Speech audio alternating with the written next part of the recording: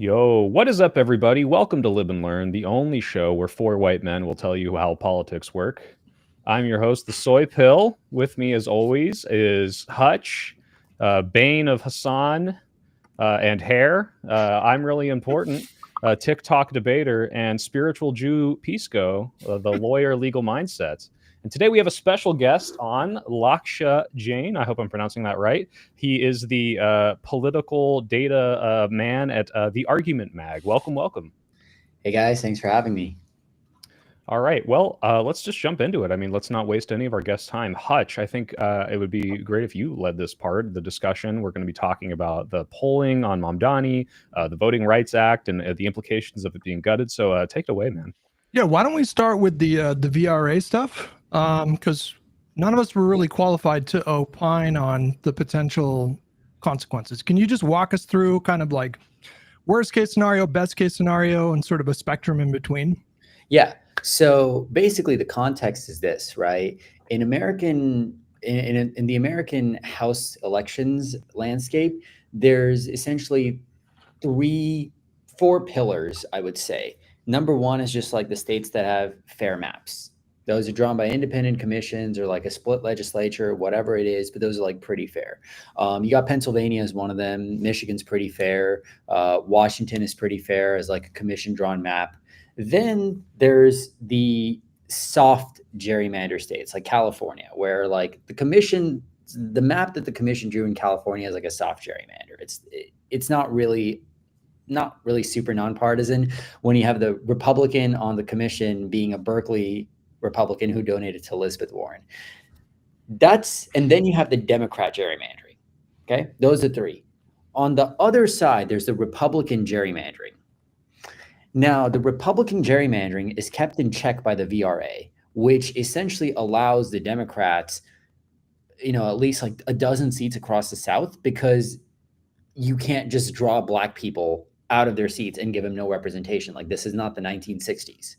If the Supreme Court decides to overturn the VRA, Democrats could lose about anywhere between 9 to 14 seats in the South, in theory. You're probably looking at realistically around 9 to 12. But yeah, and that essentially gives the Republicans a quote unquote leg up in discourse, so to say, and in the maps. So they would end up gaining about, after all is said and done, probably about 6 or 7 seats once you think about, can Democrats counter anywhere? And it nets out to being a Republican advantage. So that's the margin right now. I mean, that would be more than enough, right? The current margin is what, like 5, 6, 7 seats in the House? So this is hugely significant in terms of, it's about as significant as any one of these efforts that's ongoing vis-a-vis gerrymandering is the legal effort. Yeah, exactly, right? Right now, the reason they're all fighting tooth and nail over this is because this is not the 2010s where the Republicans had a 50-seat majority. This is a place where literally the last 3 House elections were decided by a handful of seats. So 5 seats buys a lot. There's sometimes this notion for people, which is like, and I think it's true, I think you've talked about it before, that gerrymandering can backfire. And like, so if you win a large enough margin, now the gerrymander starts to have like a negative effect, and it starts to lead to like bad results for the party that tried to gerrymander. That's not the situation, right? We're not talking about that kind of stuff. No, we're not. Now, with that said, there is always practical limits to gerrymandering. People are not going to draw 38 R plus 14 seats in Texas, because at the end of the day, shifts never happen uniformly. Incumbents are not going to accept being drawn into like a mid-tier likely Republican seat when they're really used to being in an R plus 40 seat their entire life. So they're not going to draw it in a way that would endanger them so deeply. That's the thing. Democrats right now a lot of them are holding their hat out in the hope of, hey, well, if they draw, like an 8-0 Georgia or a 14-0 Georgia's just an R plus 2 state. Good luck with them drawing like a bunch of R plus 2 seats. We'll just flip them all. And it's like, that doesn't work. They're going to draw like a 10-4 or an 11-3. They're not going to draw this. Sorry, I might have missed what you said, but did you say that if the best case scenario for the Democrats just sort of gerrymander for as many seats as they can possibly get, you're saying that it would still net Republicans 5 to 7 seats? Is that what you said? Yeah, thereabouts. It would net about 5 to 6 seats if we're being realistic. Gotcha. And then in terms of like voter salience, because something just I've noticed in the polls, it just doesn't seem to motivate voters most of the time. I feel like, I mean, the issue of like the courts and sort of more technical things like gerrymandering. Is this something that could run the risk of like sort of backfiring on Republicans? Could they force this into like a higher level of national salience to the extent that maybe Democrats could see a path or see a lane to run on doing like banning partisan gerrymandering, for example? No, we did that entire song and dance in the 2010s. It didn't do anything. Gotcha. What it may do is if they do it, maybe it raises a salience to certain judicial elections. And maybe in that case, you may see like marginal effects that let the North Carolina Supreme Court race go Democratic by like 1% instead of Republican by 1%, which may have, which may allow you to deconstruct that gerrymander. But no, like on the whole, there's not voter backlash to gerrymandering because, guys, think about it this way. Who's the person that is still undecided between the Republican and the Democratic Party? It's someone who doesn't pay attention to politics. Someone who does not pay attention to politics is not going to flip their vote over gerrymandering. That they don't care about that. Yeah, they probably don't even know what it is, to be fair. No, they don't. But then just to I kind of summarize what you said, it seems like gerrymandering, at least for Democrats, is a race to the bottom. So the California thing is a response to the Texas, but this is, the arms race has been started, and once this finishes, Republicans are going to come out on top. Yeah. Under most permutations, yes. Now, I have seen speculation that the Virginia Democrats want to do a gerrymander that will net them 4 seats. I am skeptical they can pull that off because it's not that blue of a state. And you really generally need a lot more. You need a lot bluer of a state if you want to get that to pass. But that is the speculation. Now, under every permutation that I can think of, barring the most extreme situations, Republicans will come out on top. And it's just a question of how many seats. But the hope for Democrats goes that, like, if they get too greedy and they stretch it a little bit thin, maybe there's enough backlash for the incumbents where they're like, hey, we don't want that. And they start squabbling and then the votes aren't there. Like right now in Indiana, the votes are not there. Maybe you could end up getting something like that, but no, like generally it's just a race to the bottom and the Republicans win. Well, then I guess my next question is how feasible or how unrealistic, more like, is it that we end or kind of de-arm or we have this kind of like deproliferation of gerrymandering where we like, if it's so unpopular with people that are politically tuned in, most people, it seems, Democrats and Republicans aren't huge fans, my understanding. Is there a world where we kind of de-escalate this and more things become these independent redistricting and it just ends altogether, or is that completely unfeasible and unrealistic? What would have to happen is you need a bunch of voter referendums in a bunch of states to do this. So you need Florida to pass something via referendum. You need Missouri to pass something via referendum. You need to get all these ballot initiatives on the ballot and then pass gerrymandering reform in these places. And it's tough to imagine that you can successfully do that massively right now. But hey, maybe in 10 years, the politics of it changes, never say never. But that's what it would take. It would take like sustained grassroots focus to just get a fair districting amendment on the ballot and focus all your energy on that. Okay. So I'm hearing pie in the sky. Polite way of saying, yeah, exactly. Guy, I thought you were trying to jump in a second there. Oh, yeah. Lakshya, nice to meet you. My name is Guy. I go by I'm Really Important. Thanks for joining us. I want to ask you, I've read some criticism of the Texas redistricting, that they may be pushing things a little too far, banking on Hispanics continuing to vote for Republicans. And it seems like that might have been a temporary thing. Do you think that this could blow up in their face to some degree with a big wave next year? So it's important to note that with a Texas map, when people say they're hoping for too much, the contextualization for the audience is that the Texas Republicans drew themselves 3 safe seats and then 2 more seats that voted for Trump by like 7 points and 10 points. And the argument goes that Texas Republicans are banking on Hispanic trends continuing in order to win those seats. What I want people to think about, though, is what does it mean for a gerrymander to backfire? A gerrymander to backfire means you lose seats that were yours initially. that then vote for the other party. But these two new seats that they drew that are Trump +7 and Trump +10, they're represented by two Democrats. So even if it quote unquote backfires on them, all that happens is you're where you are right now. You're not losing any extra seats. So I don't like the word backfire because it's not backfiring on them. Like the worst case scenario for Texas is that they just get 3 Republican seats instead of 5. Okay, but then they lose what, 9 seats in California? Yeah, well, that's they lose 5 seats maybe in California, maybe 4, maybe 5, but they would probably lose one of those combinations if this thing passes, which it should. What do you think about California making it temporary? Do you think that adds anything? Because that seems like an interesting wrinkle that the Republicans haven't been playing. I don't think much of it. Look, the governor of the state is Gavin Newsom, right? He's just doing it. Whatever helps Gavin, he will do. And this is the thing that's catapulted him to the top of the presidential field.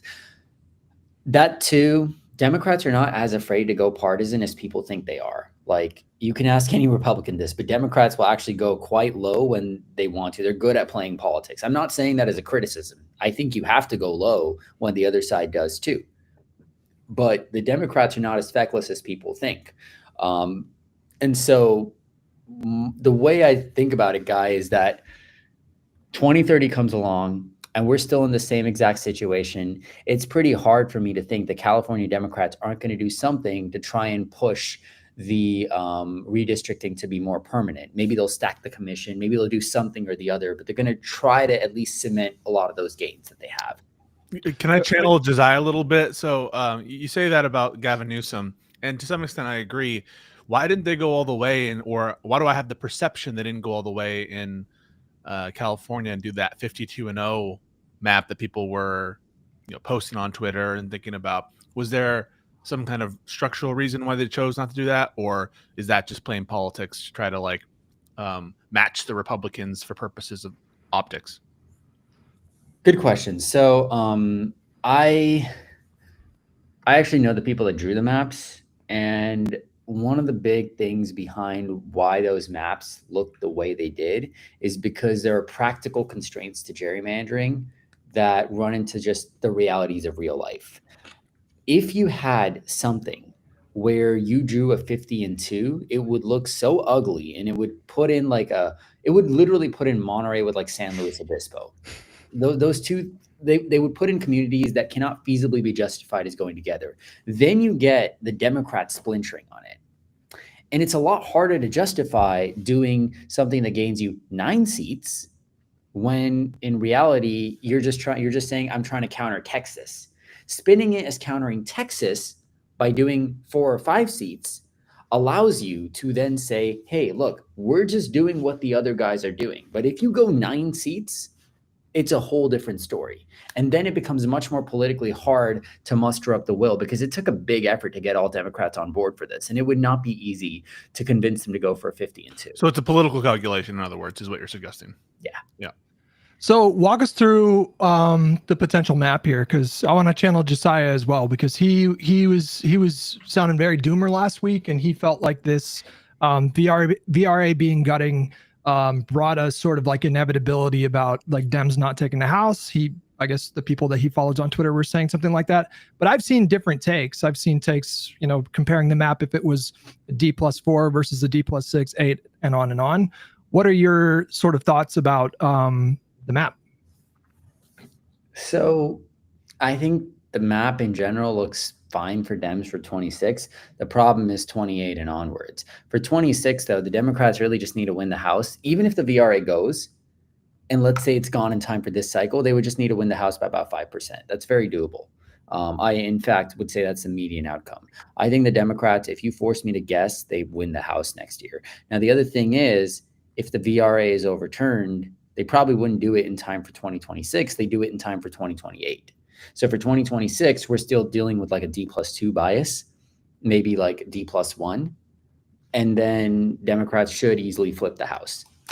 I feel like a bit of a dummy. Why is 2028 worse? Just because it was delayed, or what? What do you mean? No. It's harder for Democrats to win a big victory in 28 than it is in 26. But look, if it's going to happen at some point, you want it to happen in 28. Presidential years are always harder to get big margins in. That's correct. But if you get it happening in 28, at least you have more incumbents. You know the state of play better. You're in the majority. You give Virginia more time. You give Washington more time. You may win a trifecta in Minnesota and counter there. Pushing off a bad thing is always good. And that's why we should hope for it to be in 28. But like, really speaking, if it happens in time for 28, it's still going to be a problem for us because now we need to figure out how to win nationally by 5 for a Democrat president to have a trifecta. And part of that intuition, I'm guessing, and you tell me if that's wrong, is that Democrats now, their coalition performs better on off-year elections and with more consistent voters. They do. Democrats, we're pretty neurotic as a bunch, so we just show up to basically anything that's politically engaging and we just vote. And that's the one thing we're good at right now. How much of that? Sorry, go ahead. No, you. I was just gonna say, I would say that's because Trump has been on the ballot. He'll never be on the ballot again. So do you think that has any impact on that? Maybe. And like I keep thinking weird shit happens when this dude is on the ballot. And the reason polls always miss for him is because he has the support of a lot of super low propensity voters, but it doesn't necessarily follow that Vance is going to have that support. Or that he won't be on the ballot, guy, because I mean, I don't know if you've seen some of the reporting in the past 2 days, but they're kind of masking off. They're not like saying that we're joking anymore about the 2028 stuff, and they're promoting the merch more. But but he also got an MRI, so he might be dead. We'll see. Well, practically, it just doesn't happen. It doesn't work. Trump being on the ballot in 28 is not as bad for liberals as you might think. It's bad for the Constitution. That's the thing. But it is not as bad for liberals as you might think because the dude is going to be 82. You think he's incoherent now? He's notably declined since 2020. He's notably declined since 2016. By 2028, he's going to be 82. No one lives forever. No one ages immortally, right? So if he runs in 28, he's going to be just like this soup of a human being. And how is he going to do it? He can't be elected. The text is clear. So he'd have to run as a House of Representatives, dude. And also, if he does it, we just run Obama. I appreciate the attempt at a silver lining, but if he runs for a third term, I'm like fully blackpilled at that point because, what the guardrails are just completely gone at that Think point. about it. If Trump runs again, we just run Obama. What do you mean as a House of Representatives thing? What do you mean by that? He like running to be speaker and then they all step down and he becomes president? Yeah, that would be the plan, right? Like people would say, we're going to resign immediately. And then Trump is going to get elected Speaker of the House because if the Republican ticket wins, they probably win the House. Trump gets elected Speaker of the House. The two resign for the presidency, vice presidency. Trump becomes the president. That's technically, I think, a legal way to do it. But like that's so roundabout. I don't think it would work. I've always been convinced that the and I'm not sure what the Supreme Court would think about this argument, but that the Succession Act is unconstitutional. That to put members of Congress in the line of succession for the executive branch is unconstitutional because the part of the Constitution that provides for the line of succession for officers of the United States, I think that's a term of art in the United States sort of constitutional language that doesn't include members of Congress. So I would certainly be a fight. I think the more viable constitutional strategy. Now it's the Supreme Court. All the shit they're writing doesn't make any sense right now. Like they don't. It's incoherent, stupid shit that doesn't even like gel together. So who knows what the Supreme Court actually says? I'm just kind of doing my formalist lenses. But as far as a constitutional strategy, I think the vice presidency strategy is a better one, but more politically fraught. How would the vice presidency strategy work, though? What's that?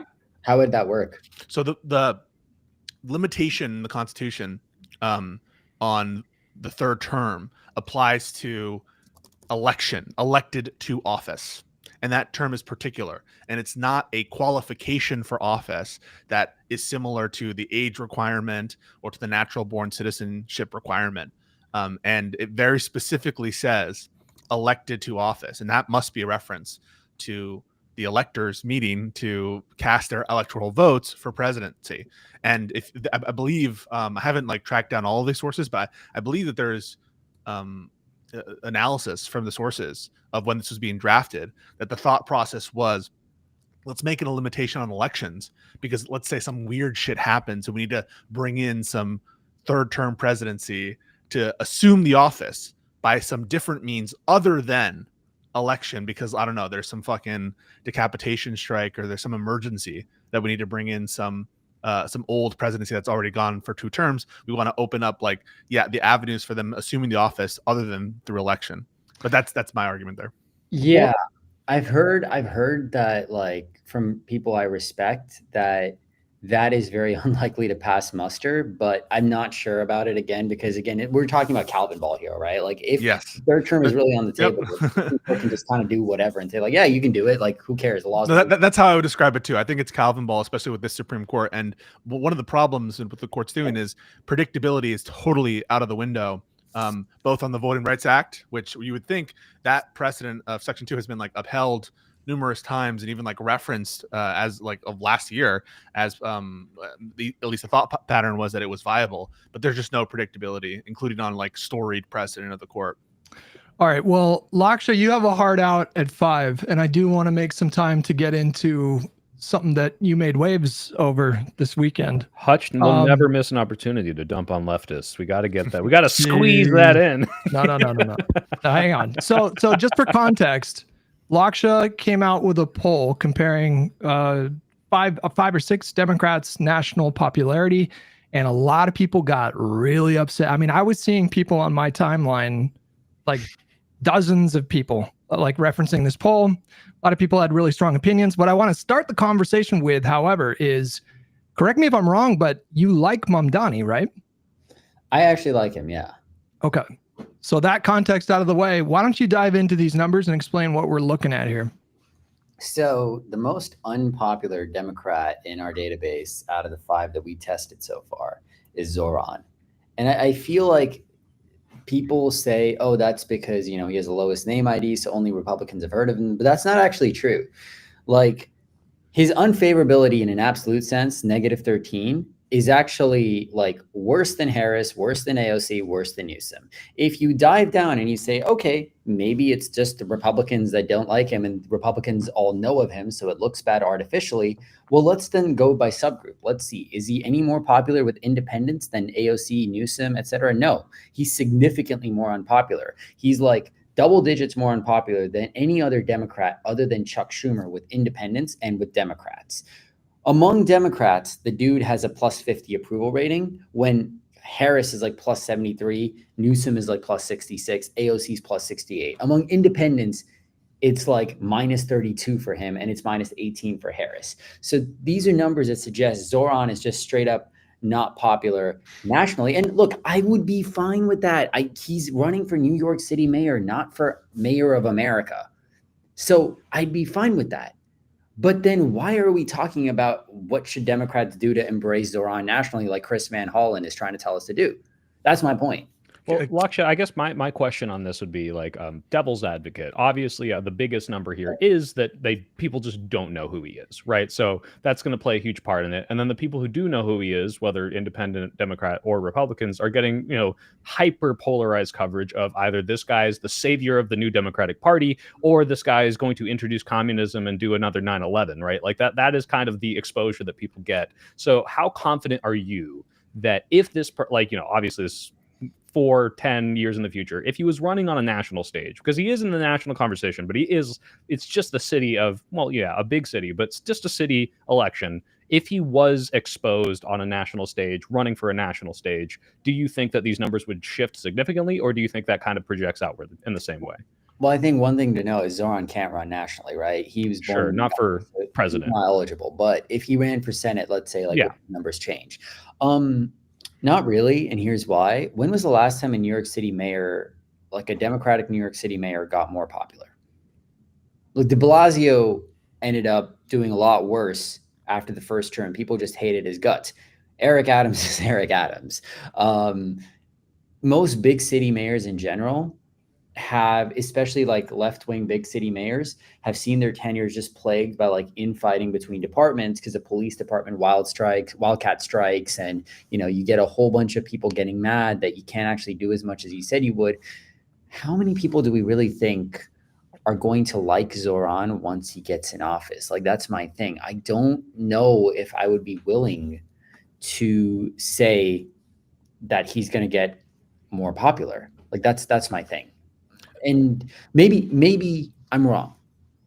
Maybe he governs really well, and maybe he just ends up being like an absolute G, and all of a sudden New York City is doing great. But that's usually not a safe bet to make with politicians in this type of era when anti-incumbency really drives so much, especially in big cities. Can I ask you to project that real quick again? I want to scroll down and make a point about the comparison between some of the Democrats in terms of Democratic approval, because there's perfect, exactly. So there, obviously, Chuck Schumer has the lowest Democratic approval, and so I'd like you to talk a little bit about that. But like the story of this graph here, tell me what you think of this. Doesn't seem to be an ideological story. Right? Like, what is the daylight between Zoran Mamdani and AOC in terms of politics that's driving such a divergence there? Likewise, Chuck Schumer, seen as more moderate than someone like Gavin Newsom or AOC or indeed Kamala Harris. And so to the extent that people are drawing like ideological stories, like Democrats should be more centrist or Democrats should be more moderate. Is that what this is telling us? So address that, please, and also the Chuck Schumer independently. I don't think you can make an ideological link from this graph. I think if you're to make an ideological link saying moderates do better or worse, you would have to do it on other data, not this. I would never use this graph to say that ideology is the determiner. I would use other evidence for that. Now, with that said, what does it say? I mean, I don't think it's true that Zoran is similar to AOC by every metric, because here's the thing. What Zoran is proposing is a good deal more radical, for better or for worse. It's a good deal more bold and brave than what AOC has proposed in a lot of ways. And I think like it's worth noting it, right? Free buses, for example, or like the public grocery stores, those are pretty big. I think... I mean, you say that, but like the Green New Deal is an ambitious project that is tons of government paying for stuff.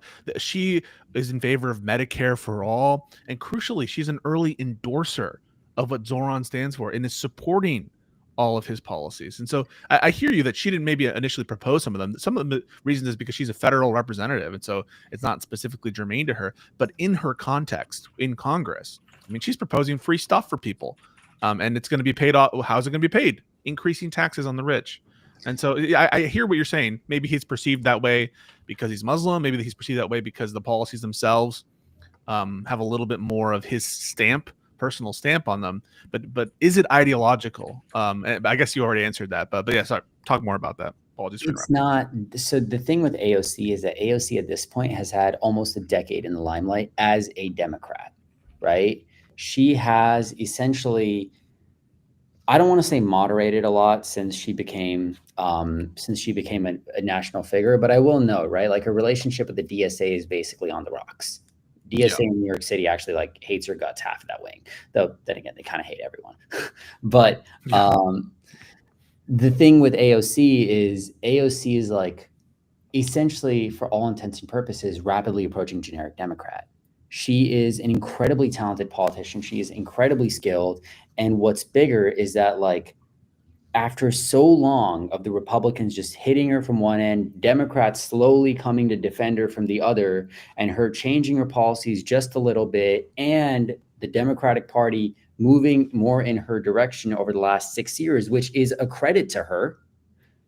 I think the daylight between how AOC is perceived and how the Democratic Party is perceived has shrunk. That is not the case yet for Zoran. And so I think because of that, and the best way I'd tell you to look at this is look at Zoran's favorability numbers with Democrats. They haven't come around to him. They're not in his camp. Independents are not in his camp. They're much more in favor of AOC. They're much more in favor of Newsom than they are of Zoran. Now, you do bring up Chuck Schumer. That's a really important point. Why is Chuck Schumer so important? It's because one of the most unpopular things in America is being a partisan, like a hardcore partisan as a leader. And the thing with Chuck Schumer is he's a leader of the Senate Democratic Caucus. Democrats hate him because they think he's feckless. Republicans hate him because he's the Democratic leader. Independents don't like him because there's nothing that he has done for any of them other than being on TV representing the party that they hate more than any other political entity in America. So Chuck Schumer being unpopular is the same reason Mitch McConnell was unpopular. It's the same reason that, like, Paul Ryan started getting hits in 2018. It's just the party leader in Congress always ends up being unpopular. I do see a question on the screen. Anyone want to ask Lakshya what AOC's national numbers were before she got elected? Yeah, AOC's national numbers were -2. Zoran's are -14. We are talking about a very big gap here. Okay, cool. So Can I ask? go ahead, Guy. I just want to ask you quickly. I see it says responses from August through October. Did you see any changes between August and October for Zoran or Chuck? No, so let me tell you how we did that, right? In August, we tested Harris and AOC. In September, we tested AOC and Newsom. And in October, we tested Zoran and Chuck Schumer.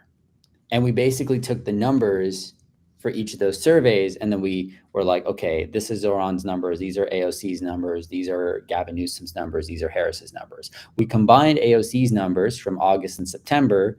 We took Newsom's numbers just from his September survey, because that's all we had. We took Harris from August, and we took Zoran and Chuck from October. Really quickly, Lakshya, Desda did want to clarify. He was referencing AOC before she got elected, because Mamdani still hasn't held the office yet. When you said the -2 for her, was that before she got elected, or was that before she got elected? Okay. In Gallup, she was 24-26. Mamdani in our poll is 21-35. Gotcha. And these are national numbers for both. National numbers for both. Okay, so you got a lot of people that were really fucking pissed at you, and I'm curious what you make of that anger. Like, where do you think that comes from? And do you think that perhaps forecasts some more intense conflict the closer that we get to the next election cycles? I think it's already happening. I think the fact that Graham Plattner still has so much support in the Democratic electorate, despite all of this, shows you that there is a big frothing massive rage towards the Democratic leaders from the Democratic voters, because they believe that the Democratic Party has failed them. They think that after 8 years, was it worth getting thumped just so we ended up back here? You said you'd beat Trump. You said we'd get policy change. You said we would remake America. We gave you the power and none of that shit happened. So what are we doing here? And I have sympathy for that. When people get mad at me for pointing out Zoran is unpopular, I fully get it. I mean, some of these complaints are stupid, like people thinking we pull their own readers. That's just like the dumbest shit I've ever heard in my life. But like the thing where people are like, why are you trashing on Zoran? He hasn't been elected. It comes from a place of wanting to defend the fact that there is something new, there is something fresh, and there is something hopeful. And I understand why people are defensive. My opinion is that something being new and fresh for Democrats online does not necessarily mean it's something that will help us win and knock MAGA out of power. But that's not the way other people see it. And that's fully fine, because I think like at least that shows, people really care and people just want something to hope for. That's why they get mad. And I think it's okay. My sense of things like these days, in terms of what's driving a lot of the conflict, is that the more progressive wing of the party are numerous. They represent somewhere between like a quarter and 40%. Is it? You tell me. Like, what percentage of the Democratic Party electorate would you say are in the Bernie wing or progressive wing? Oh, I actually have. I can give you like some of these numbers, right? So I would say, in like the hardcore Bernie wing, what I really assume you're talking about is like who identifies as like very liberal, right? Like if you wanted to put it out this way, you may say like the Harris wing is like liberal and moderate, and the Bernie wing is like very liberal and liberal, right? Yeah, I mean, if we wanted to be as broad as possible, but I mean, like there's different subgroups or whatever, but yeah, to the left of the moderate wing, like what percentage of the party are we talking about here? I would say about 40% of the party at this point. 30 to 40% is that like critical mass of like, I love Bernie, I love AOC, and I would pick one of them if it was in a head-to-head against, like Newsom or Harris or whatever. And the other 60% is still more like liberal to moderate. Gotcha. So one of the big problems, as I see it, is that wing, they're very aspirational. They want transformational, big, bold policy platforms. And these platforms require a 60 vote threshold in the Senate.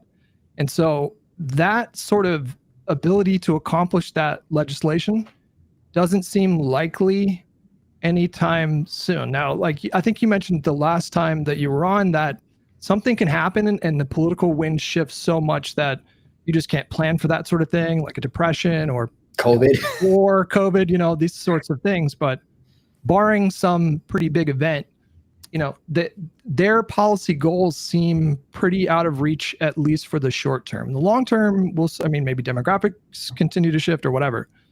How do you reconcile that if you're Democratic leadership and you're trying to keep a coalition together? People are always going to get mad at you, right? Like, people will always be angry. The thing is, there's nothing people love more than winners. Okay, like, fundamentally, every time someone wins an election, their numbers from every single wing grow up and like just glow up, because people want to see what they want to see in a winner, and they get hopeful and they like hope.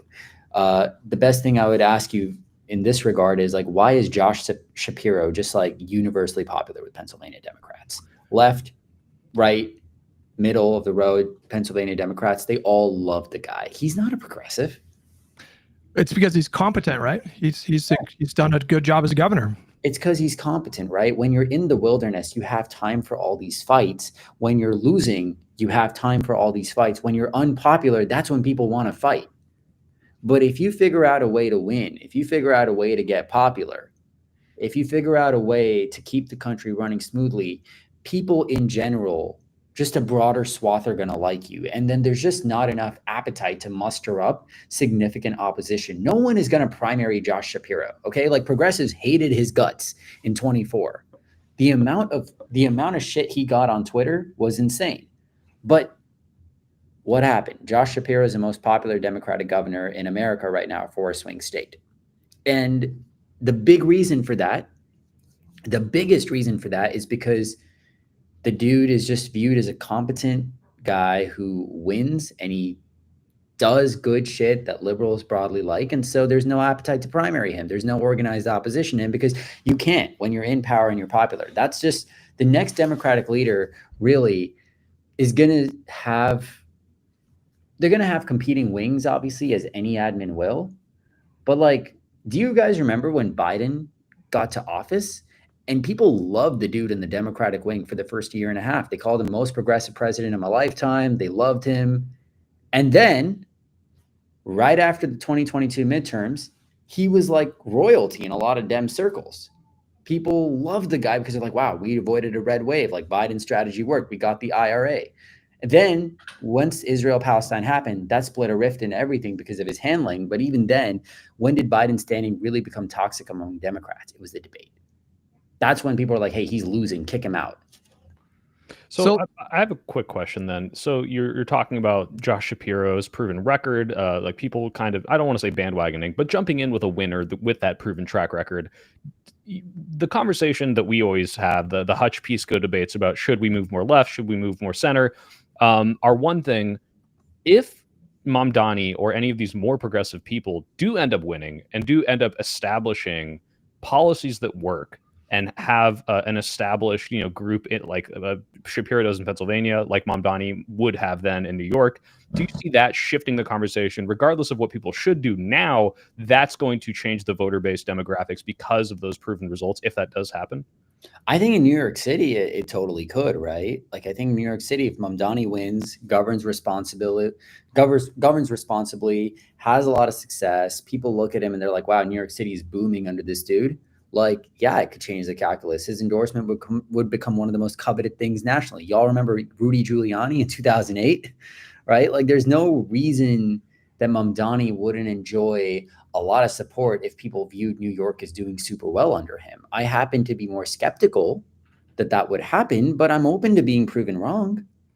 But he's going to be somewhat limited in terms of being able to deliver on his full agenda. So I wonder if he's going to pivot to, positioning himself as like a foil to Donald Trump. And like, that's how he's going to, brand himself first and foremost. But, we'll see. But, I want to segue into a conversation about this idea of a left-wing Tea Party movement. Because I feel like this tension that I've been speaking to recently and it's emerged on the podcast from time to time, I feel like this runs the risk of reaching a boiling point that might even eclipse the sort of infighting and tension that we saw in 2016. Like there's a lot, as you said, a lot of anger out there within the electorate, not even just with progressives. I mean, there's just a lot of rage right now. And yet you hear people like Kyle Kulinski, for example, speak about a left-wing Tea Party movement as though that would be a really good thing. You have concerns. Can you talk a little bit more about what that might look like and what are the potential pitfalls? Okay, so people want a left-wing Tea Party because the last time the right-wingers had one, they remade the party, they won 240 House seats, and then they ended up winning the presidency in 2016, right? That was the logic. There is a world in which a left-wing Tea Party could succeed and remake the party. I concede that. I'm not going to be dumb enough to say that nothing is possible in politics. But what also happened last time the right wing had a Tea Party? Okay, let's think about it. Well, when the right wing had a Tea Party, they lost 4 winnable Senate seats in 2010 because they nominated absolute complete morons on the basis of sticking it to the establishment. Therefore, they rejected qualified nominees in favor of people that had no business running for public office. As a result, Republicans did not win the Senate, and they were stuck out of power for 4 more years and could only take the Senate back in 2014, because in 2010 and 2012, they had people like Richard Murdoch, they had people like Todd Aiken, I Am Not a Witch, Christine O'Donnell, Sharon Angle. And these are not serious people. These are not serious candidates. And when I see the Democrats nominating, or not nominating, but like seriously considering people like Graham Plattner, who has a literal Nazi tattoo that he called My Totenkopf. It's a wolf tattoo now, just a quick fact check. Great, lovely. Hey, covered it up. Yeah. Well, real quick, Lakshya, on that, I saw the polling happen like the day after that reporting, and he was up, but I think that might have been without the information on the SS tattoo thing. And then we saw another poll, or I keep seeing it like make the rounds on the internet, that show him down to Mills, but I think the question was asked in potentially biased ways. So what's your overall take on the polling? What do you see happening with that? Is there this kind of Democratic progressive Tea Party base that's going to say, I don't give a crap what kind of tattoo he has, just vote for him? Or is that actually going to significantly shift the outcome? In that one in particular, I think Plattner's going to lose. That one in particular, I think he will lose. And the reason I think he will lose is because everyone is fleeing his campaign. They're all just out. He's lost the second campaign manager in a week. Yeah. I know the guy's like, oh, it's because I just found out I had a baby. Like, please, okay. This is not very plausible, is it? Bullshit. Yeah. It's like, does anyone found out he had a baby? I want to ask this, right? Look at how Graham Plattner was exciting people. Do you think Obama 2004, if his campaign manager found out I'm having a baby in 8 months, do you think that guy would resign? No way. No. Like this is a cover up, right? Like 9 months. I don't think that's an excuse. And I think really Plattner is going to lose because people are just jumping ship on him, and there's probably more oppo to come given how early all of this dropped. But Jasmine Crockett's running in Texas probably, right? At the moment, she says she wants to run in Texas. That's like the single worst nominee we could pick in the entire state. I guarantee you find literally any Democrat and they will probably do better than that. Do you think she might have a secret Nazi tattoo? A secret what? a secret Nazi tattoo, Jasmine Crockett. No, I hope not. Okay. Here's what I'm concerned about, which with Plattner stuff. Sorry, Guy, if you want to. Go ahead. What I'm concerned about are that for Janet Mills, she's old as hell, and I totally understand why people want fresh blood. And I even expressed this in a previous episode that we did, where I'm just like, I'm so tired of running the old guard, because just like running some of these populists, but like potentially have some dangers, as you mentioned in the Senate races that Republicans sort of lost. I think running geriatric candidates and like old guard people has its own set of risks, including, by the way, that sometimes the way these people govern is fucking annoying. And so I'm frustrated. I know the people of Maine. I've lived in Maine for a time, and there are kind of particular people, and I understand that it's like hard from a top-down perspective to get in there and like select candidates and craft the perfect candidate. But I'm certainly as someone who's frustrated by the Plattner stuff and thinks that it shows a huge lack of judgment on his part, but also frustrated at the notion that we're going to elect another 77-year-old senator. And just I really quickly want to supplement that question, Lakshya. It seems like you even pointed out that the time that people pivoted off of Biden was when he had his like octogenarian moment in that debate, and people are worried about that happening with Janet Mills because it's so early. Do you think that Plattner could be supplanted by another progressive, or is it way too late at this point and Mills might be like the best option for progressives if they move off of Plattner? Let me take that one at a time. Yeah, sorry. So, Pisco, understand me when I say I am with you on Janet Mills not being my optimal candidate. I cannot believe we are about to run a 79-year-old. I do not think that Maine is limited to a choice. I don't think Maine should have been limited to a choice between a dude with a Nazi tattoo on his chest and a 79-year-old geriatric incumbent who, frankly speaking, is not even that popular. Like, I don't think that this is a great way for Democrats to go. This is not like we have two great options. We have one suboptimal option, and then we have one really bad option in Graham Plattner. But like, the way I see it is, look, Mills is probably still favored in a blue midterm against Collins, who's way more unpopular now than she was in 2018 and 2020. And especially considering that Maine is a blue state in a blue year. That's my thought on why Janet Mills could at least win the race. And look, she wins the race and Dianne Feinstein's her way out. I don't care. We'll deal with the problems when that happens. But like, let's win that race first. Let's get her out of power.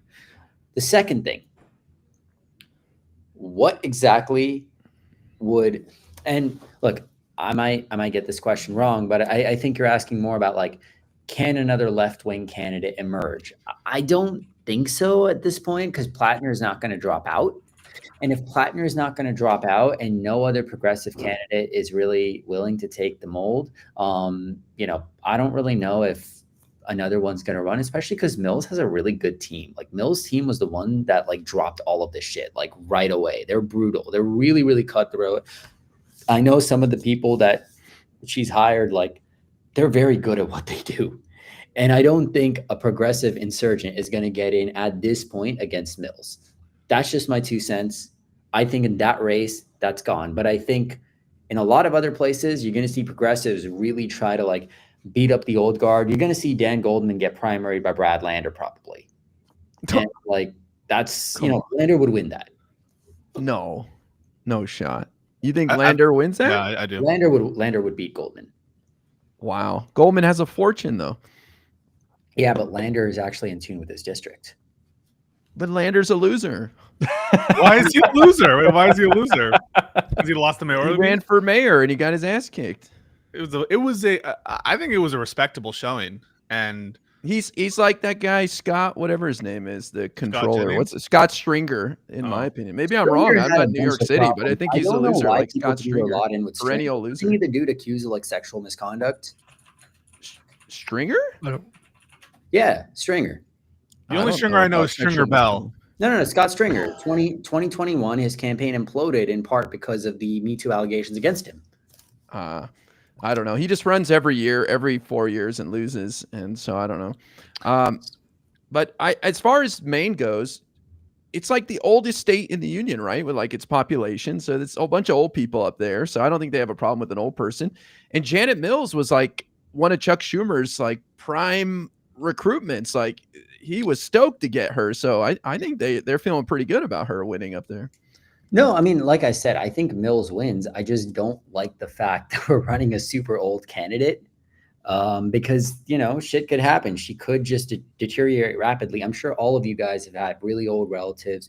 You've seen how they've declined. Look, like, I've seen people go from fully cogent, capable of running like literally thousands of people, corporations, and meetings to basically just shells of themselves within 8-9 months. I've seen it happens. Yeah. But Pisco, let me ask Pisco. Yeah. Pisco, if Bernie was on the ballot in 2028, would you vote for him in the primary? In the primary, 2028? Everybody. Yeah, who cares? If Bernie's on the ballot, you wouldn't vote for him because of his age? Yes. Interesting. Yeah, I'm with Pisco on that one. As much as he aligns closest with what I want, it's just like, dude, what is he now? Like 82? Age doesn't matter to me. I don't give a shit because it's about the people they hire around them to get the job done. Like, if the Joe Biden experience, and I love IRA, I just want to say this, I love IRA.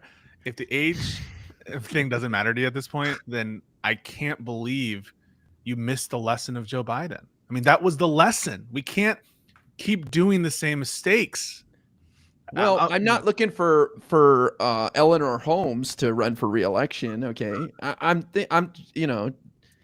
if you can have a decent debate performance, if Joe Biden hit a single or a double in that debate instead of just airballing over and over again, then This it would have is been a classic Democrat speaking because he just said hit a single or double instead of airballing. What sport? whatever. Wait, You know what I mean? Can I say no to that? I almost think, and Lakshya, tell me what you think of this. I think it might have been a blessing in disguise that Joe Biden fucked up when he did, because I'm concerned that if he hadn't had a historically horrible debate performance, we might have been stuck with him for the actual election, and we would have lost big. I think we would have had to be. We would have had to be even worse map. I feel like I mean, you could probably speak to that better than I can. But like, would the Republicans' House majority have been bigger? Would their Senate majority have been bigger?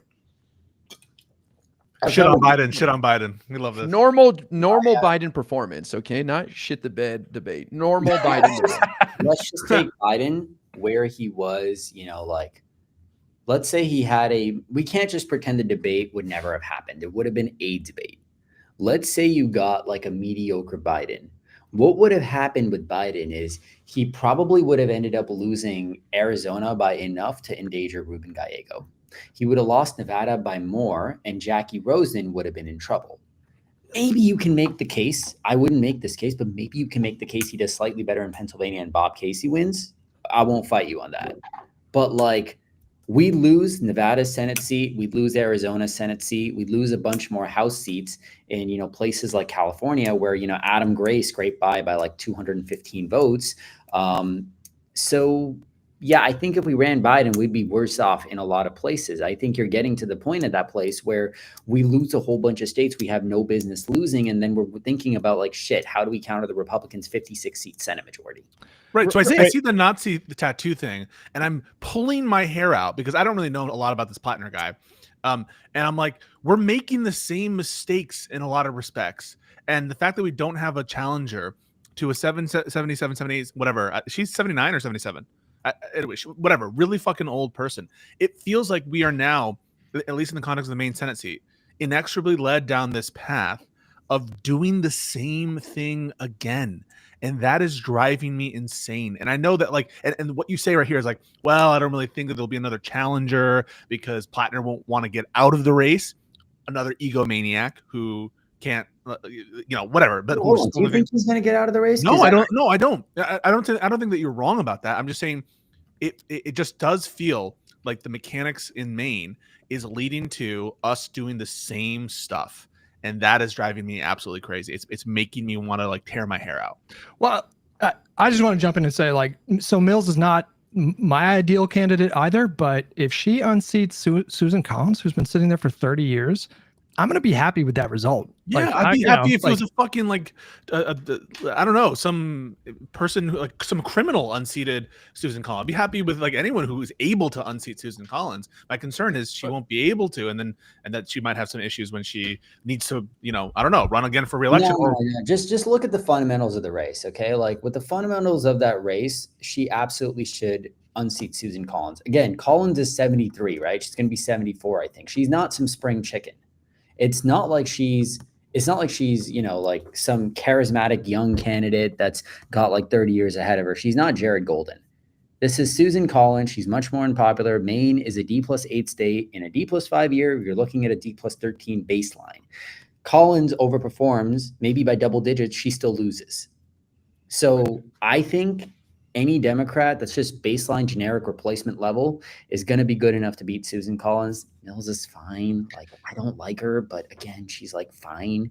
I think that's really what we're looking at. Yeah, the age conversation is the. Real quick, I do want to, because we could go on with this, but I know you have to go in a few minutes, Lakshya, and I saw that comment from Straighterade about Dems losing big. I think it was sarcastic, and the idea that Dems did lose big in 2024. And this is a very popular sentiment of like, oh my God, landslide, it was disgusting. And your implication here was that it could have been way worse, especially if Biden had been in the general. Can you just kind of address like how bad the loss was in 2024, how much worse it could have been?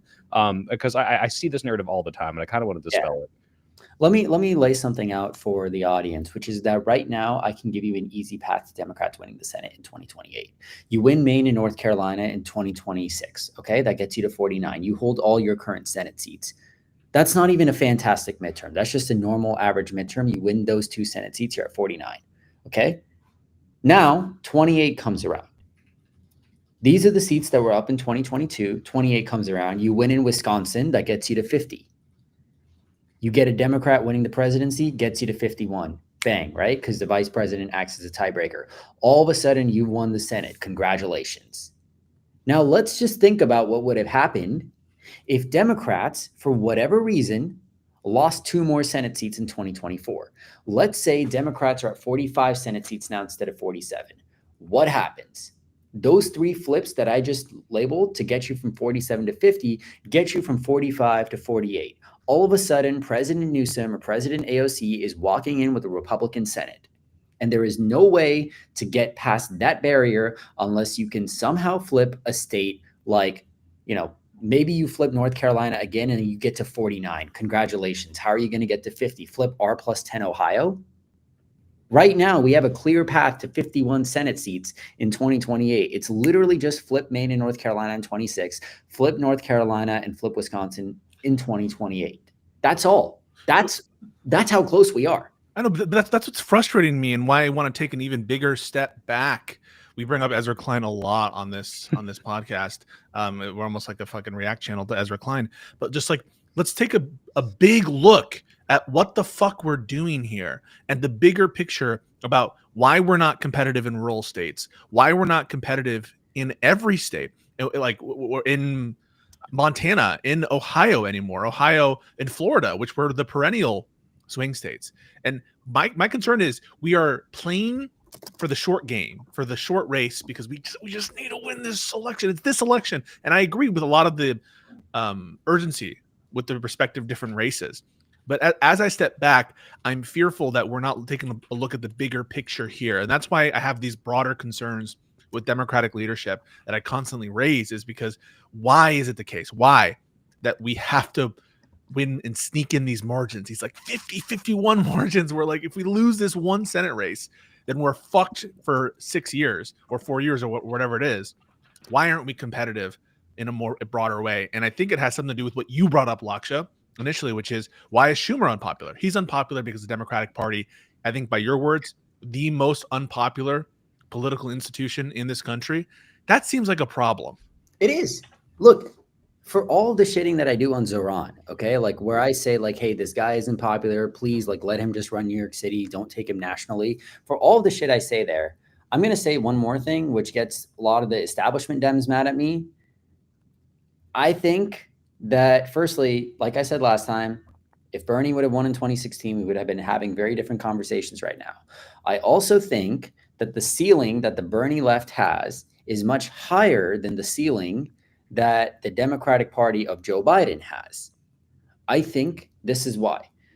Bernie is a political figure, and hopefully the people that listen to him more can take this lesson, right? People like who I thought Plattner was before the whole fucking tattoo disaster. If you focus on economics, there is a significant constituency in this nation for more liberal economics if you just do a laser focus on that. If you do that, there is a real constituency for true, like, more left-wing liberal policies. The thing is, what Bernie realized and what the others didn't is that you have to moderate on certain aspects to get there. What did Bernie moderate on? Bernie moderated on guns and immigration.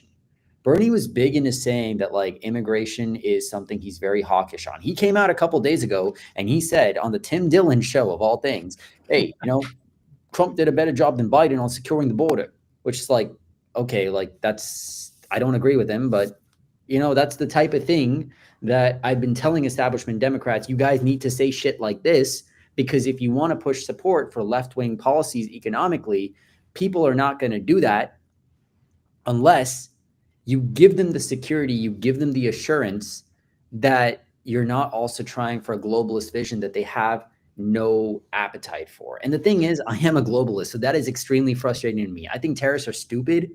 I hate half of what Jared Golden says. I just tolerate it because they win.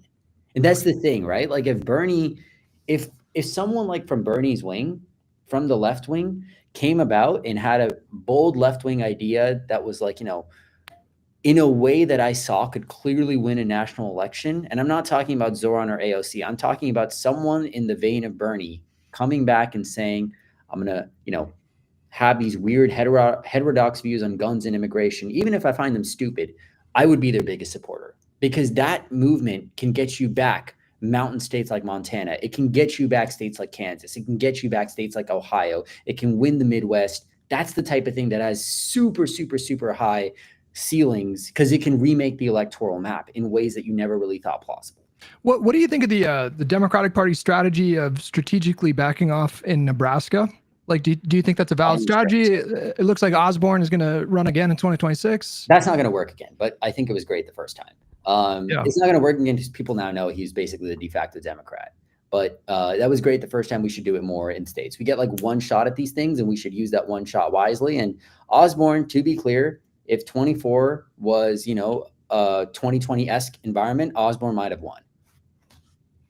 Well, listen, you said you could stay until 5:05. I don't want to take up too much of your time here, but wait, we have 120 seconds, Hutch. Okay, go. Lakshya, what do you think about now that Hakeem Jeffries seems like he's finally going to endorse Mamdani, given all that you have said about the polling nationally? We have to talk about it because our podcast doesn't shut up about it. What do you think? He did endorse him. Yeah. Like, what are your thoughts of him, his final, coming around to doing that? I was a bit surprised. I thought, given how unpopular Zoran was nationally, and I know Hakeem Jeffries knows about those numbers too, I was a bit surprised he did it. But I think it's good, because I don't want Andrew Cuomo being the next mayor. And if this helps solidify it, then great. It's also just good to show unity and, get everyone on board. So, hey, great. Big deal. All right. Where can people find your stuff? theargumentmag.com. And that's where we write a lot of our stuff. We just had a great piece today on immigration. We're going to have a lot more coming out soon. Yeah. And his links are in the description, Twitter, and the argument article you had on Mamdani. So thanks so much for coming on, Lakshya. This has been great. Guys. Thanks for your time. Thank you, man. So I think this segues pretty nicely into a larger conversation. Well, I don't know where you guys are at, but I feel like, did we talk about Plattner enough? What do you guys want to do? I have in the thumbnail we should talk about Snap at least once before, but we can talk about Plattner first because that's a good segue. I just want to say about Plattner, I think we should be defending him a little more, because I don't want to just throw Democratic candidates under the bus. This has been a kind of a point of mine for a while, that we're too quick to shit on our candidates and throw them away. So I'll give him the benefit of the doubt that he had no idea he had a Nazi tattoo on his chest, and it was brought to his attention recently, and decided to do something about it. I mean, I say that kind of in sincerity. I'm kind of joking, but I mean, really, I think we have a problem. We're like, bye-bye, Plattner, get fucked. And it's like, well, how's that help us in any way? You know what I mean? Well, it's a Nazi tattoo. That's pretty, yeah, but he said he didn't know. So I'm just saying, I just feel like that alone, the fact that people are having the reaction of just being really defensive of him, I think potentially indicates a really explosive kind of climate within the Democratic Party. Because, if this was 4 years ago or 6 years ago, I mean, this just wouldn't even really be a conversation. But I think it's the context of this moment. I think the progressive wing of the party, the anti-establishment wing of the party, the populist wing of the party, they really got attached to this guy really fast because, he, similar to Mamdani, I think his ads were pretty brilliant. His messaging was pretty brilliant. And people wanted him to be like a sign of a larger takeover. And I think because they want that so much, and maybe that happens, I'm not even saying that doesn't happen, but I think because they want that to happen, they really need him to be that guy. Yeah, it seems like Hutch, correct me if I'm wrong, but aren't they're forgiving stuff that I know they would not forgive for a moderate candidate, and absolutely would be talking about 24/7 on the right wing. And this is I like the guy, I like his policies, but here's the thing.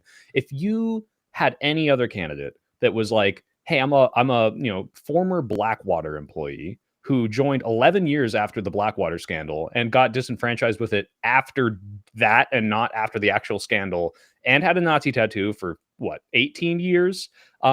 all of his explanations for this to me are reasonable. I could completely believe he was just a dumb army meathead guy and did this like in Croatia on a drunken binge.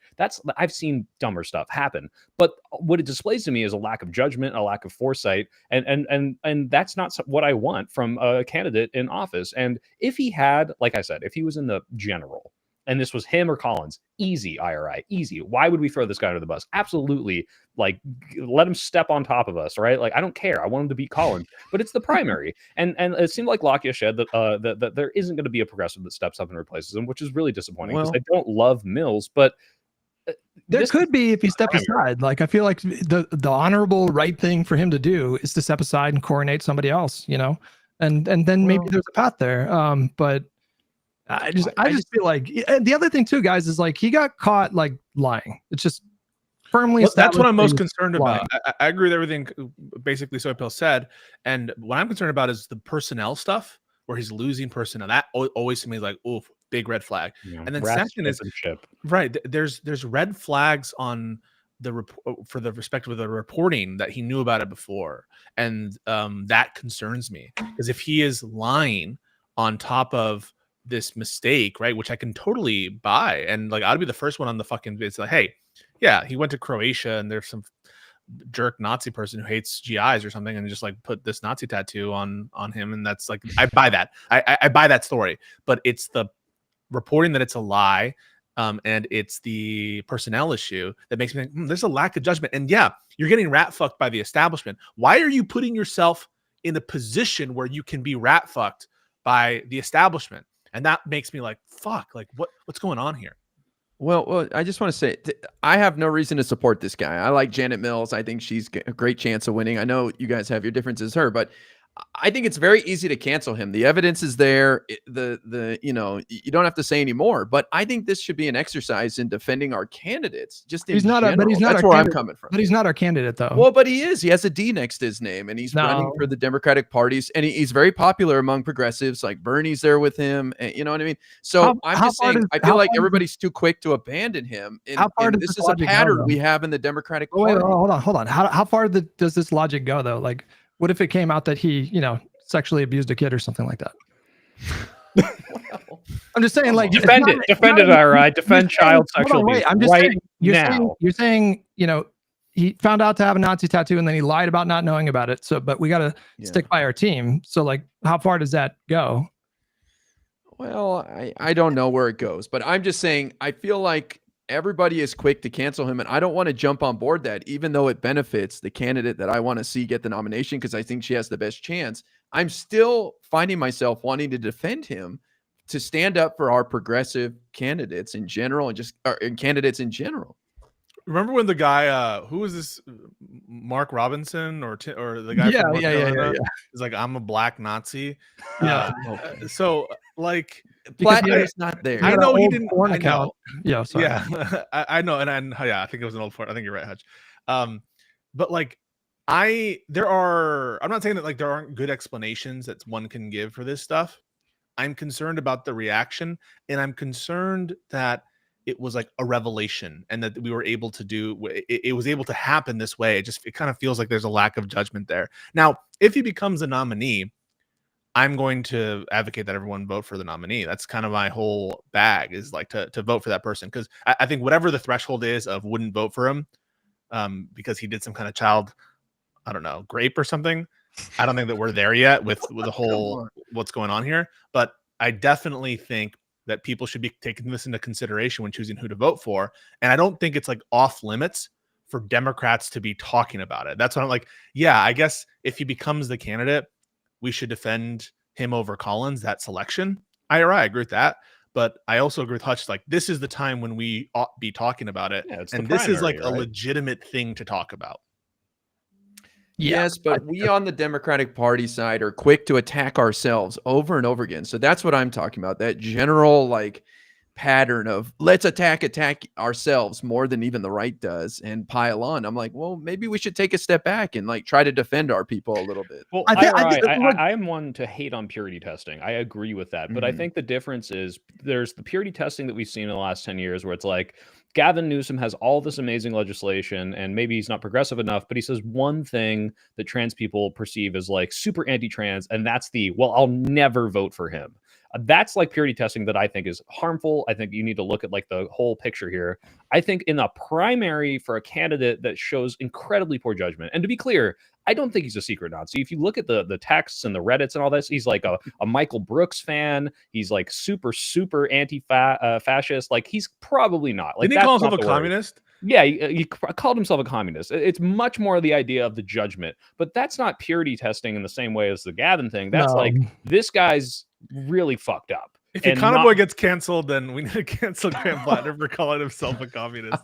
I think the fact that we're having the conversation, just going back to what I said, like I think it is an indication of just how much anger there is. Because if there wasn't this level of anger and animosity towards Democratic leadership, the establishment, whatever, then I don't know if we would be having this drawn out conversation. But I feel like the stakes are just so much higher because of that anger. And that's what I'm really worried about right now. Because like, because it just pissed me off the notion that it's like Chuck Schumer. I don't even know if this happened. All right, but in my head, it's like Chuck Schumer, these two geriatrics, and Janet Mills, like in a room, just being like, yes, and we shall. He definitely anointed her.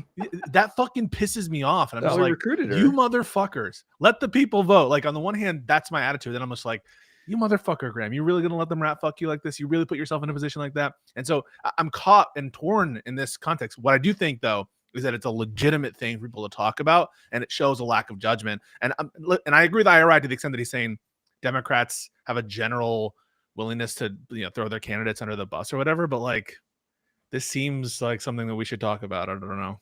Yeah. Well, it's easy to defend when it's easy to defend. These are the times when it's tough, and you gotta, it's not so easy.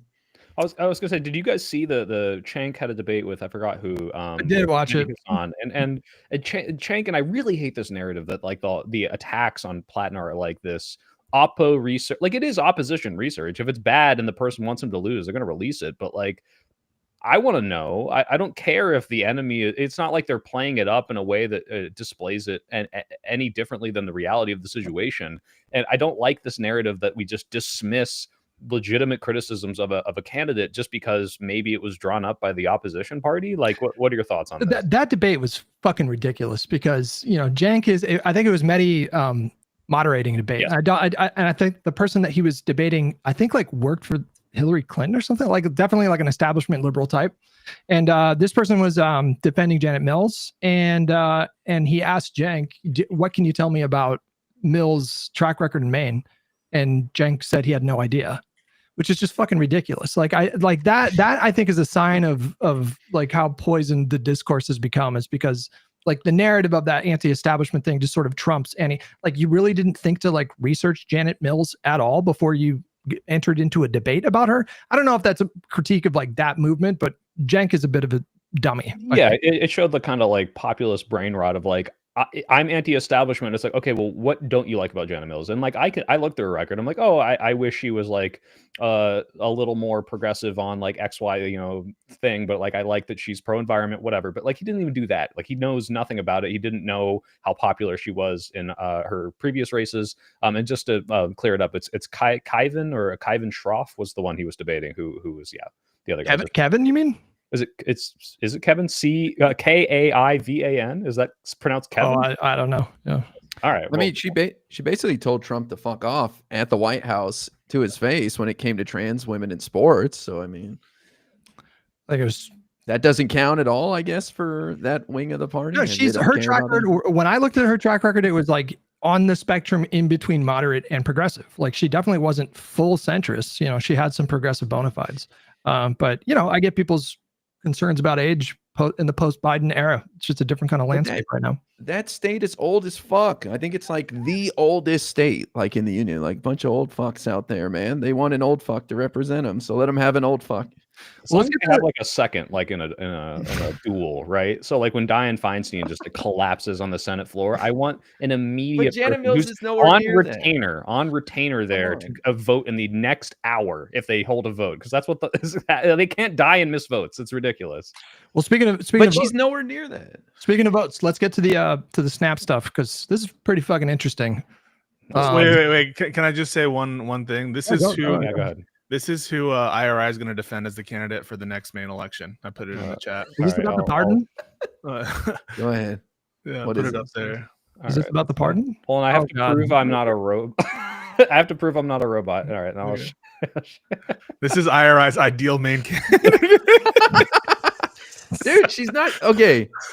Have you seen Eleanor Holmes? Eleanor Holmes said she's running for re-election. She's the delegate from DC. She has dementia. Okay, Janet Mills is nowhere near that. She's totally coherent. She's fine. I remember when Why they you first hating on her? invented the Democratic Party. I hated it. So she had Moses in her yearbook. Leave her alone, dude. Okay. All right. Sorry, we were talking about Snap.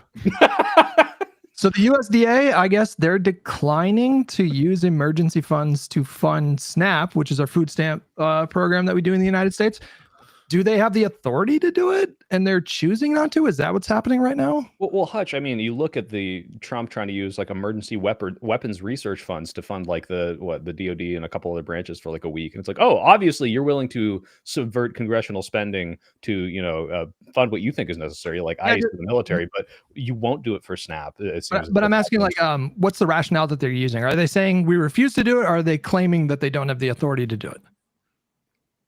I guess nobody knows. But What is either the way, so the USDA, I guess it was that they announced that they're not going to use emergency funds to fund SNAP starting next week. And I'm asking if they're saying tough shit, we're not going to do it, and they're trying to use it as leverage, because that feels pretty fucking ridiculous when you consider that it's disproportionately red districts and states that benefit from Medicaid. So it's just kind of insane to me that they're punishing their own voters right now. Well, it's the Democrats' fault. They won't vote for the clean continuing resolution. No, I don't know. As far as like repurposing money or whatever, I don't think they can cover it. It's a lot of money. It's 40 million people in America are on SNAP benefits. I don't think they have the money to do it, even if they wanted to cover it.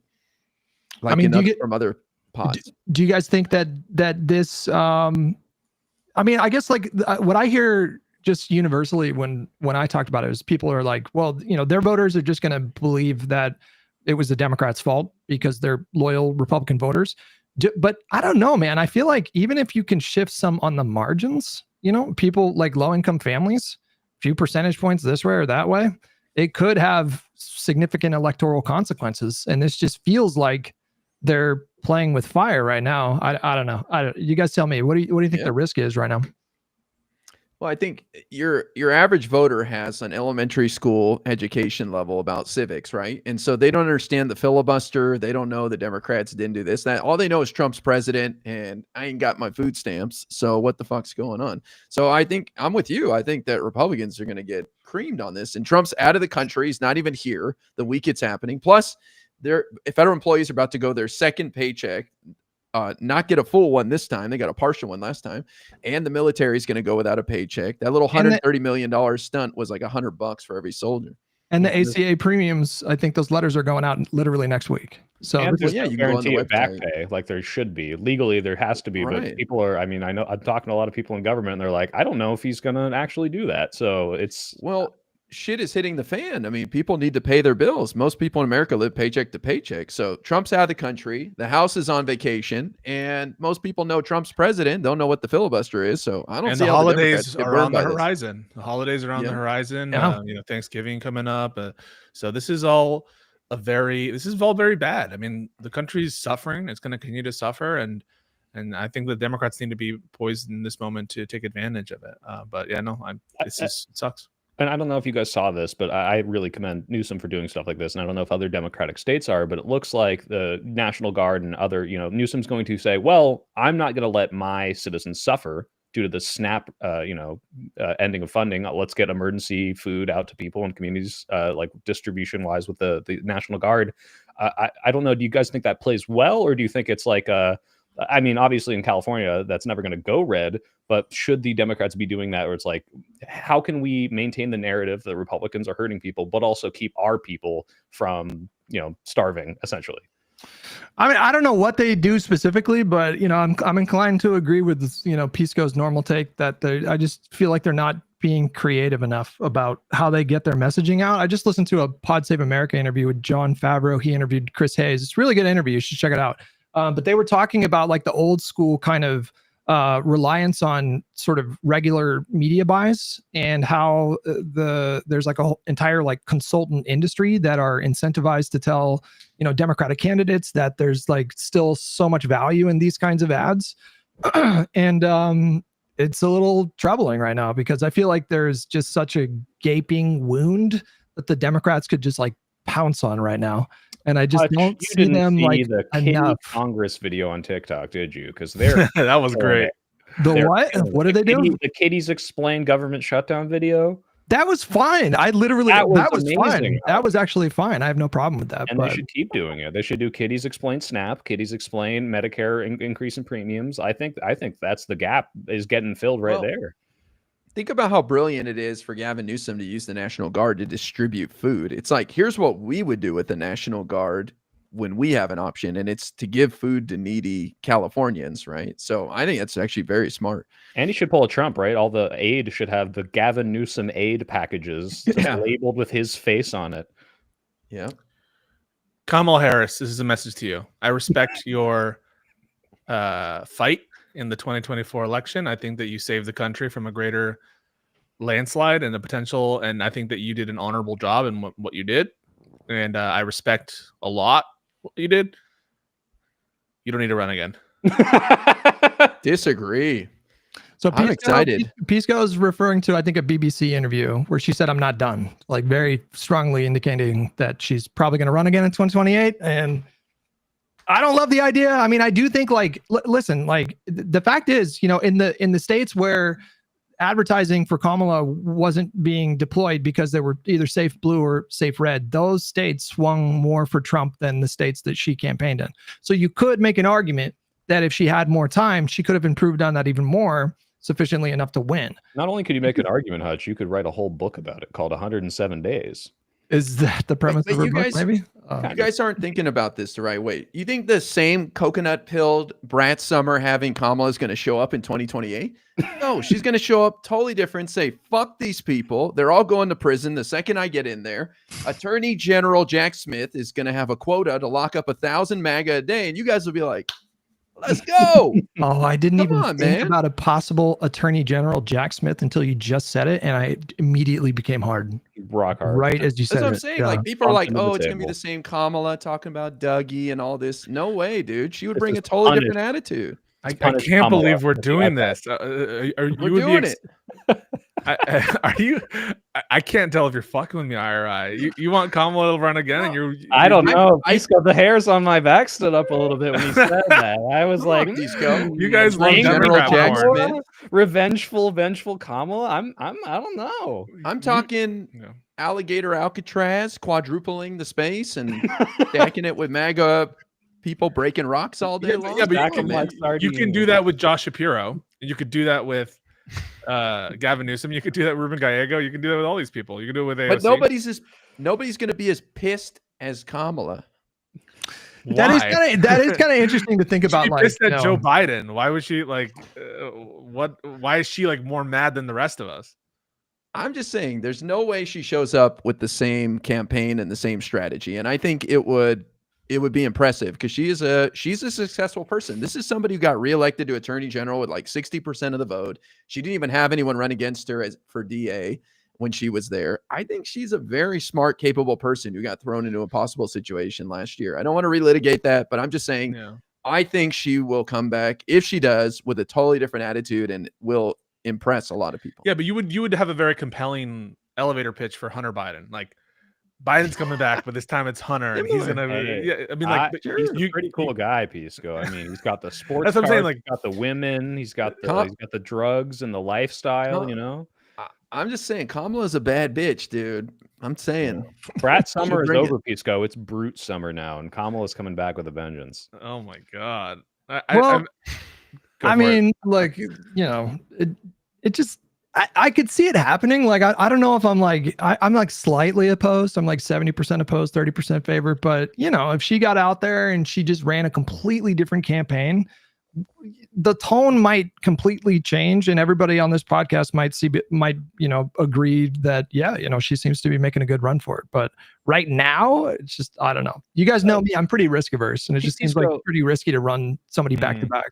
were you hyped for Kamala when Joe Biden stepped down? Yes. Were you on? I was too. I was on the wave, and then they muzzled her a little bit, and she said she wouldn't really do anything different, and that's like, she lost steam. Israel Palestine stuff happened, but like, it's there. The potential's there, and we all felt that for a couple weeks, and I don't think we should just write that off completely. I think we should. I mean, I'll hear her out, but I think Fuck we that. should. Eleanor Holmes for president. I want the DC delegate. Let's I mean, the early days were phenomenal vibes, but it was like a combination of a couple things. Number one, she did do a lot of media training, like as soon as she became VP, and that showed because like her on a teleprompter, she was fucking great. Like she didn't do great in long form interviews, but she like what am I thinking? Presented herself very well. Like and very, very polished in that moment. And I think people were feeling a sense of euphoria because, every time, I don't know about you guys, but every time Biden spoke for like the last year of his presidency, I would get a little bit of anxiety. Not because I thought that he was literally demented, but because he just had, he was very prone to gaffes like constantly. And it was just really easy to attack him on that. And so when she took over, and then especially when you looked at the fundraising numbers, they broke like back-to-back records in 2 successive days. It was like, okay, this feels like we can make a run at this. And so, I think that's where a lot of that came from. Not because people were organically or sort of like naturally like drawn to her. I say give Greasy Gavin a run. Give him a chance. If you're gonna do some kind of fucking California Democrat, have it be Gavin, or in my opinion, someone even more authentic and more better. The point is, we have a bunch of great candidates, and may the best man or woman win. And I'm sure whoever the candidate is going to be stellar and is going to have everybody excited because they have the time to do it now. And we don't have a geriatric candidate who can't defend himself as the incumbent. So it's going to be a totally different story in 2028. And I'm excited for all of them.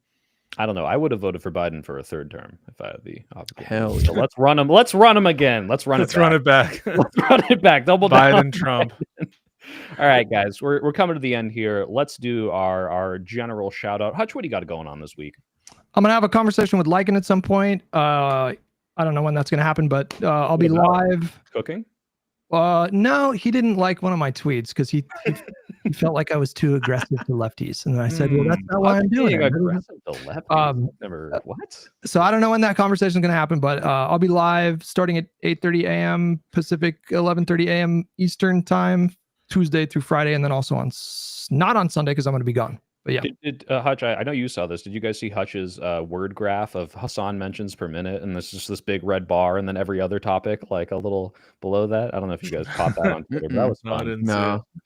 Okay. Well, IRI, what's going on with you? I'm just debating on TikTok, so come hang out. I'm really important on TikTok if you want to get into the mind of MAGA and see where they're at. It's fascinating.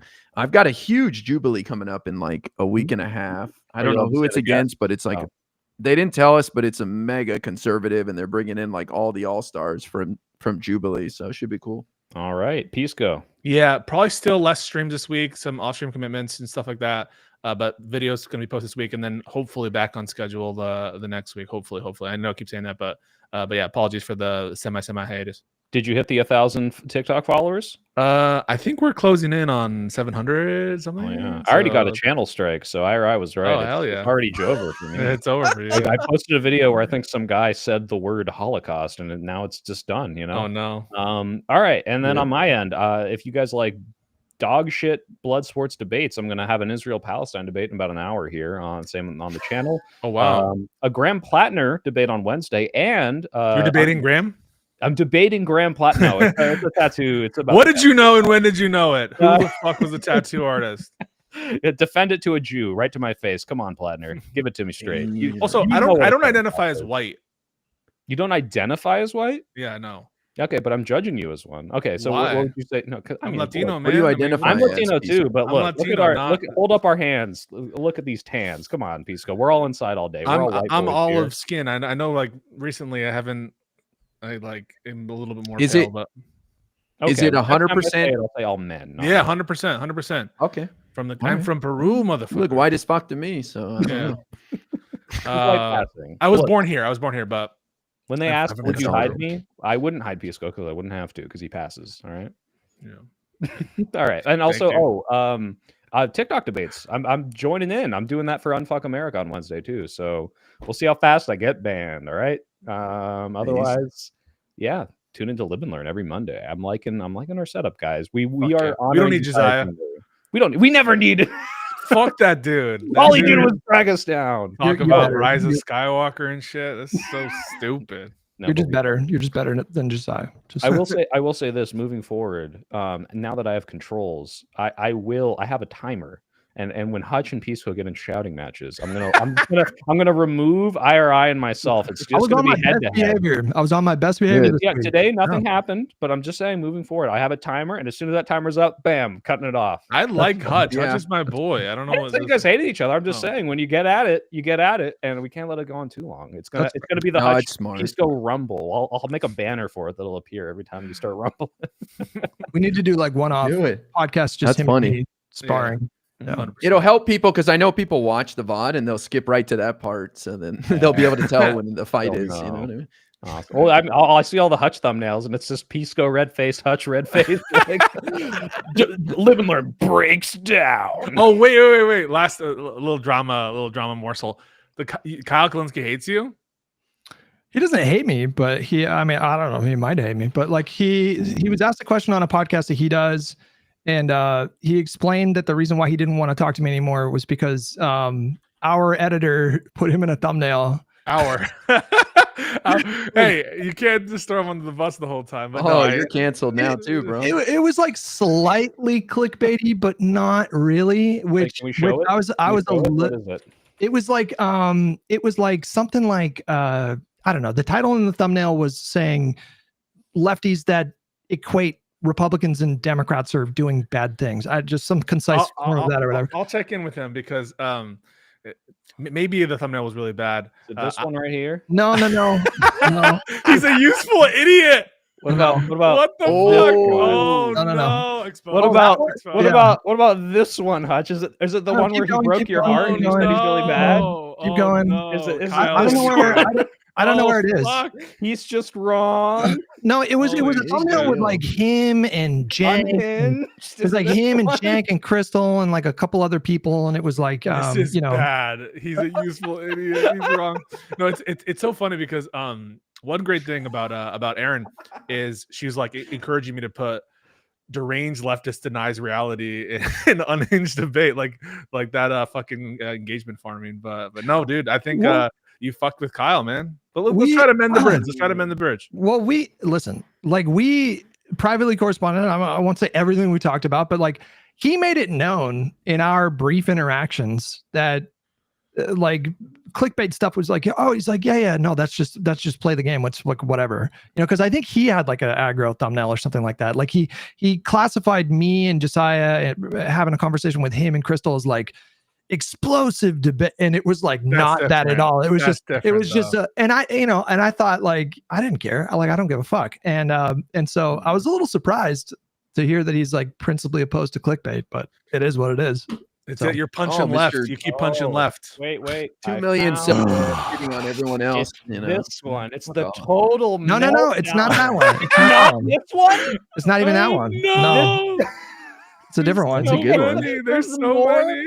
Gee, and so maybe this is bad because Kyle will see this and he's like, "Wait, there's even No. more. That one's making fun of Jank and Oh, I gassing guess them I guess up. the arrow's Yeah. pointing to Jane. Oh, fair enough. Yeah. Oh, yeah, that is- I don't know. They're both pretty red. You gave them the like only one soy who red looks good in faces. this- Yeah. this thumbnail, but I mean, there's just so many. No, but I don't choose like the thumbnail or the title. Like the editor that I work with, he manages the channel. You know, keeps all the It's ad revenue. rigged. And, yeah. This one's fine. This one's Kyle fine. Kalinske features in maybe like 60% of your thumbnails, and it's always like No, he does not. you're a Kyle Kalinske snark channel. No, he does not. I've done like 7 videos on him in like the last year. It's like nothing crazy. Oh, Not even no. close to the Hassan bar on the graph. No. Come on. Hassan's like probably 20 or 25. No. All right. Well, You hate Hassan, don't you? I don't hate Hassan. I don't? hate Oh, wow. his. I don't know if I hate like anyone. This but, is like Nick Fuentes being like, I don't hate black people. And then the most don't wanna racist thing deport you've all the ever Jews. heard in your entire fucking life. I don't hate his son. I just fucking hate his style of politics, and I Yeah. hate his. I do hate his audience. That's I will say that. I think the Alright. feeling is They're quite. victims. Yeah. You know, On I that feel sorry note- for On that them. note of uplifting joy, we would leave you, live and learn, to return next week. Thank you so much, guys. It's been great, and we'll have a new intro where Pisco is